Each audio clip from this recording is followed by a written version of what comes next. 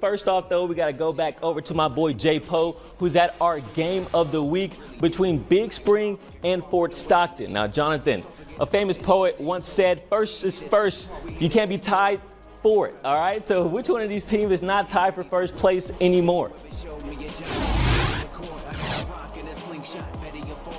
Well, Corey, early on, it looked like Fort Stockton was going to take this game, run away, and hide after they put up 13 quick points to start. But Big Spring, you know, they kept in it, they kept fighting, and cut that lead down to keep it close at halftime and set us up for what became a very wild finish. And with that, let's go take a look at those first half highlights.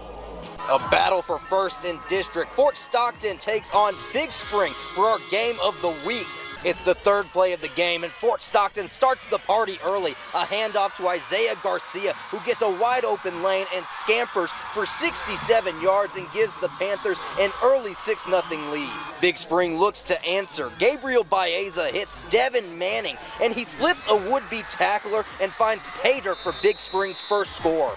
Here we are, Fort Stockton again, and from 2 yards out, it's who else but Dominic Aguilar. He muscles his way in for 6 and extends the Panthers' lead. Big Spring wants to keep things close, and it's Baeza looking, and he launches an absolute dime. Kagan Mitchell comes down with it and cuts the Panthers' lead down again, 21-13, Fort Stockton at half. Let's go ahead and hear from Coach after the game. First off, Coach, congratulations on the win tonight. A gutsy win, 29-28. Talk to me about that second half. You know, what kind of fight your team showed?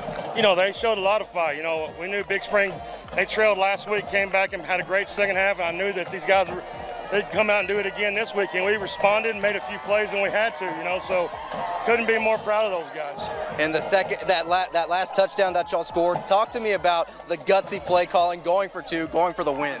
You know, that was a situation we got down here, didn't want to leave it up to. You know, we're pretty spotty on extra points, so, you know, I knew if we could get it in and get the lead, then it'd put the pressure back on them.